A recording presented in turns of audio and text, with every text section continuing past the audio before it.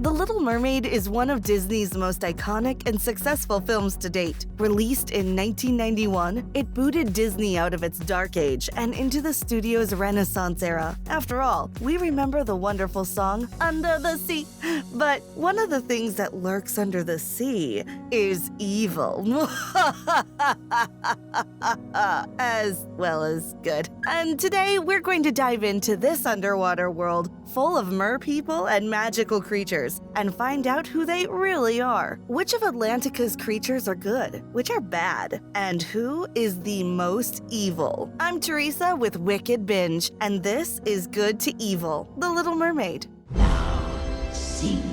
And like we did with Aladdin, we'll be including the sequel characters as well. Who better to start the good side out on our ranking than Ariel's loyal best friend, Flounder? What? Sharks?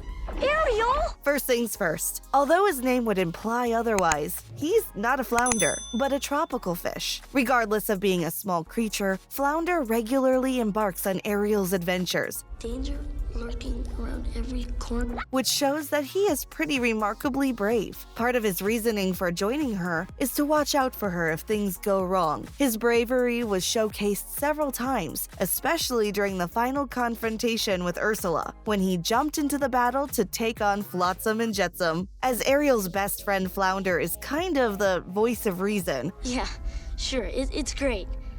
Now let's get out of here. As he frequently tries to talk Ariel out of her ideas of adventuring for her own safety. He's also the only creature who gives Ariel unconditional support with her fascination with human things. He's loyal, caring, supportive, and brave. All this combined makes Flounder, without a doubt, the best character of the Little Mermaid's universe. Next up is another loyal creature, but this time from the surface world, the Old English Sheepdog, and Eric's best friend, Max. Throughout the first movie, he's always trying to help bring Eric and Ariel together. Max! As he knows they're right for each other. He is exceptionally smart, intuitive, and lovable, which kind of makes sense since he's a dog. Max's super intelligence is regularly evident, like when Eric was about to marry and he immediately realized Vanessa's evilness, presumably able to smell the difference, and even growled at her whenever she passed by. We could see his lovable personality when he chased a frightened Ariel up a rock, joyfully licking her face. And he even got frustrated towards Eric for not realizing that Ariel was the same girl who saved his life. Max is a furry hero and does all he can to help his owner find Ariel. What a good boy. Coming up next is the Jamaican accented crab who serves as King Triton's advisor, Sebastian. He's caring and dedicated. All the time. And you are just the crab to do it. And even talented when it comes to singing, which we realize with his incredible musical hit, Under the Sea. Sebastian's actions may be strict, which kind of makes him seem like a stick in the mud in some situations. However, he's well-intended and acts this way for Ariel's protection. Sebastian's loyalty and kindness are undeniable. Don't you shake your head at me, young lady. The best example is when Ariel is transformed into a human. Just be miserable for the rest of your life. Rather than telling the king, Sebastian chose to support Ariel. Despite Sebastian's anxiety issues, he risks his life for those he cares about and has a real sense of honor and duty. I gotta get to the Sea King.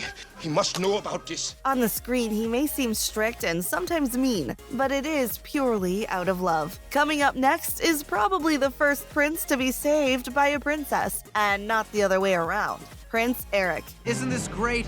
The salty sea air, the wind blowing in your face. Despite being from royalty, Eric is very humble and kind towards his staff and everyone else. He is a hopeless romantic with a heart of gold and lots of guts, which is evident throughout the movies. Believe me, Grim, when I find her, I'll know. Like that time when he risked his life just to save Ariel, claiming he's lost her once and refuses to lose her again. Grim, I lost her once. I'm not gonna lose her again. Or when he went back to the ship to save Max, risking his own life.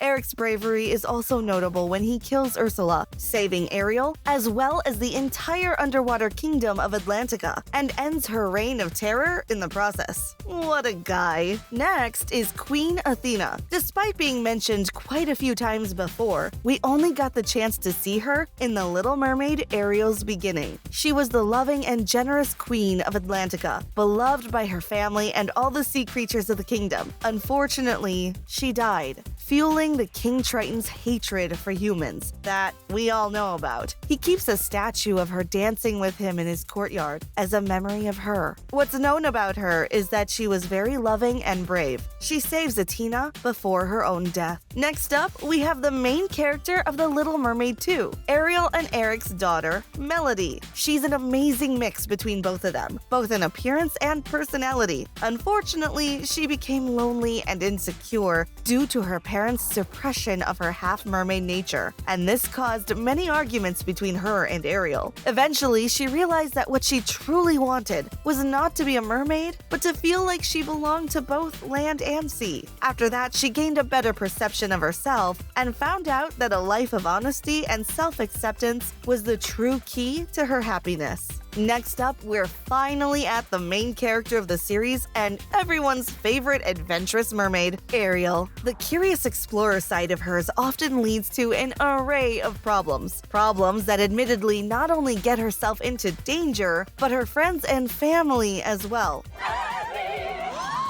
Despite this, you can likely chalk this up to being young and reckless. I'm 16 years old. I'm not a child. And Ariel's selflessness, compassion, and intuition often fix those problems, as she always takes full responsibility for her actions. Ariel loves almost all living creatures, even lucky and little evil, which shows her kind heart and nature. She's brave and determined as she's willing to make daring sacrifices for the sake of true love. Regardless of her few flaws, Ariel is very much selfless, sweet, and brave. And after becoming a mother and queen of her husband's kingdom, she becomes very overprotective of Melody, in a similar way to how she was treated by King Triton in the first movie. I guess she finally got to see things from her father's perspective. Next up, she's gentle, she's kind, and she's the best housekeeper anyone could have, Carlotta. She's one of Eric's most loyal friends in the castle. I'll just get this washed for you. She really loves him like a son, and she knows Ariel is the perfect girl for him. Her kindness is evident every time she's on screen, like when Eric brought Ariel into the castle, and Carlotta, without even knowing her, immediately took care of her like the princess she was. Washed up from a shipwreck.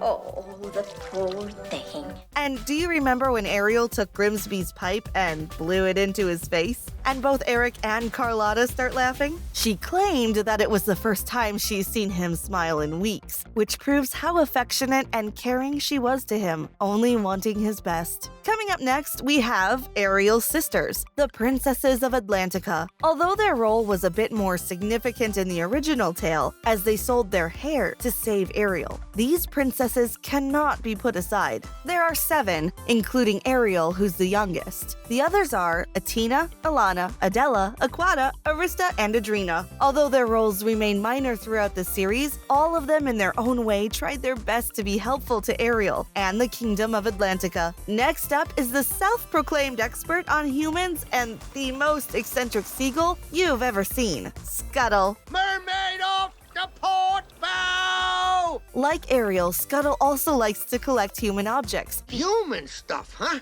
Hey, let me see. And serves her as a consultant on the surface world. However, his identifications consist of pure nonsense, such as naming a fork a dinglehopper or a smoking pipe as a snarfblat. Scuttle is hilarious and well-intended, no doubt about that, but he seems to really enjoy listening to himself talk about the things he knows nothing about. But you should never underestimate him. This eccentric seagull is actually quite brave, as it was shown when he discovered that Vanessa was actually Ursula. The sea witch. Oh no, she's gonna... I got it. Immediately, he told Ariel and helped stall the wedding. Also, she could tell Eric the truth. A feathery goofball, no doubt, but a good ally to have around. We are now entering the gray area. Next up is the ruler of Atlantica, the sad and lonely King Triton. After Queen Athena died, he sunk into a depression that no one was able to fix. He's equal parts overprotective and well-meaning, and I'm sure we all understand his misanthropic state due to what happened to his wife. And I am never to hear of you going to the surface again. Is that clear? Eventually, he came to terms with the incident, allowing music back into Atlantica after previously banning it in the wake of the tragedy. Despite being authoritarian with Ariel, King Triton shows a large feeling of guilt and remorse for upsetting her. What have I done? Even if it was for her own good in his mind. By the time of the sequel, Triton has become accepting of humans and has a notable soft spot for Melody, as he highly values her safety. However, Triton's aggressive nature remains in times of crisis. In many ways, Triton is a strong and caring leader, but often finds himself slipping into being way too strict and even authoritarian. Next up is Eric's caretaker and confidant, the apprehensive Grimsby. At the end of the day, he just wants what's best for Prince Eric, which is helping him to find a girl to marry, despite being reluctant about Ariel. Nice young ladies just don't swim around rescuing people in the middle of the ocean. Grimsby cares for the prince's safety and well-being, and that's why he's so suspicious about it. He is loyal and friendly. However, he doesn't show this very well, though. Next up is the infamous chef who doesn't make any vegetarian options on the menu, the cruel Chef Louis. In fact, he's obsessed with his job to an almost unhealthy extent, if you know what I mean. Louis has a hair-trigger temper that flares up and causes him to get in trouble with Carlotta when he destroys the kitchen while chasing Sebastian. Come out, you little pipsqueak, and fight like a man! If the sequel is any evidence, his relationship with Sebastian and Carlotta have not improved at all. Although he's still in the royal family staff anyway, honestly,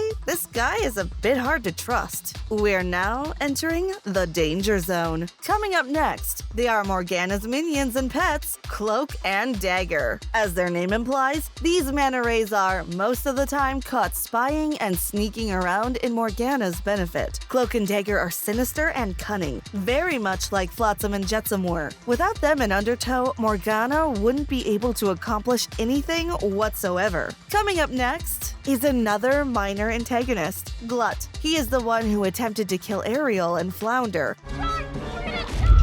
chasing them for food. Luckily for them, Flounder swam off just in time, and Glut got caught in an anchor. He's a truly nasty creature who thrives for blood and evil. Then again, he's gotta eat. Next is a sinister pair of eels. That's right, Flotsam and Jetsam, Ursula's evil minions. These two creepy sea snakes are often sneaking around Atlantica, spotting out Ursula's next potential victim. Flotsam and Jetsam are often underestimated, although they are incredibly efficient in their undertakings, making them a dangerous threat for those who oppose Ursula. Unlike most other Disney villains' henchmen, who are somewhat comical and bubbly, Flotsam and Jetsam are dark and mysterious lackeys who are competent in their work.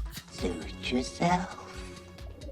That was only a suggestion. However, in the TV series that chronologically preceded the movie, the eels are relatively incompetent and meek creatures. Coming up next is a cruel and vengeful creature who loves to intimidate others with his size. The meanest tiger shark, Undertow. He's Morgana's sadistic minion, and he's almost as evil as her. Undertow even threatened to eat baby Melody if King Triton didn't hand over the trident. Luckily, King Triton ended up transforming him into a mini fish similar to a piranha, which made him even grumpier than what he usually was. The aggressive Undertow is a around for all Morgana's evil plans, and if it weren't for him, she would have never succeeded. Next up is one of the main antagonists in The Little Mermaid, Ariel's beginning, the ambitious Marina Del Rey. She's greedy and hungry for power. She's not satisfied with her job at all, and instead, she's obsessed with being King Triton's right hand. I want that job!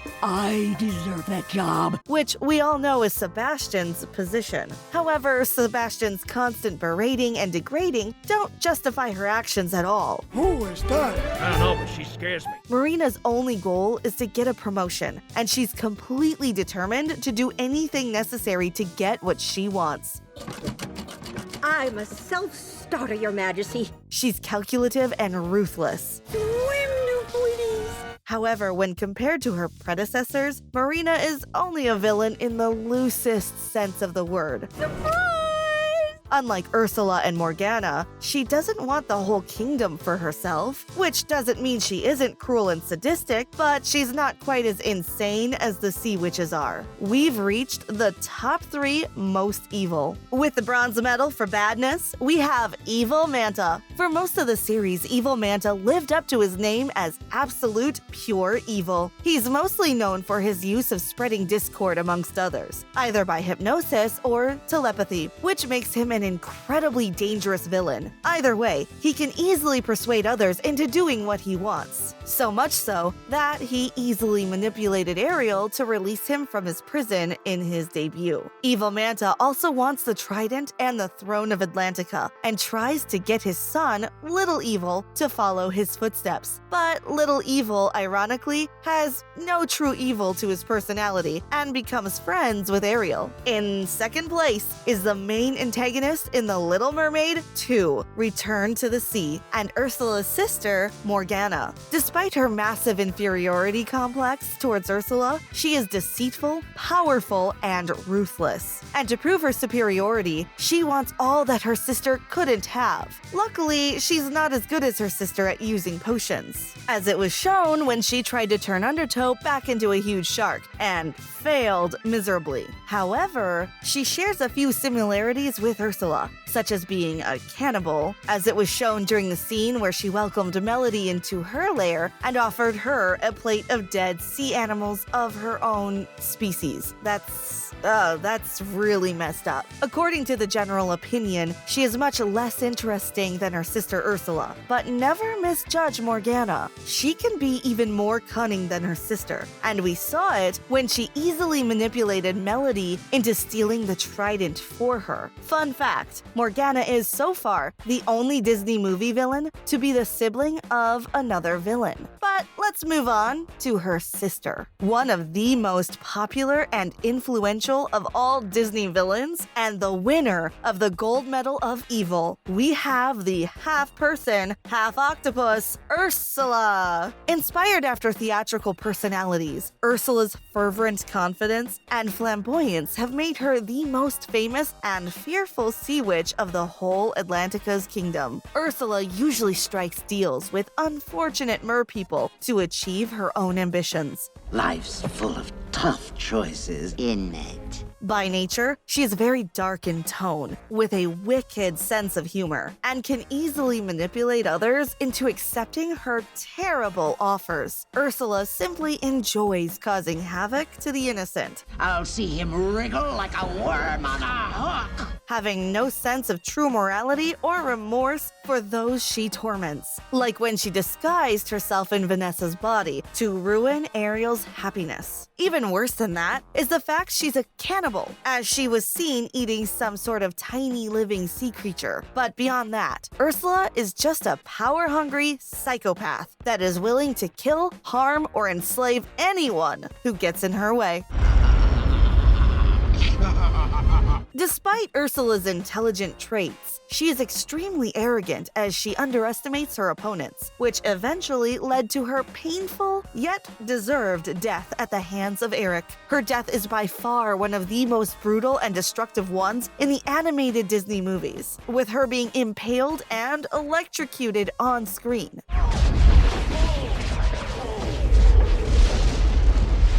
a merciless ending for the worst villain ever. Don't you agree? Who do you think is the most evil character in the Little Mermaid series? Who's the most good? Make sure to binge our Good to Evil playlist, where we break down the morality of all sorts of shows and cartoons, including Aladdin, Wreck-It Ralph, SpongeBob, and countless others. But most importantly, stay wicked.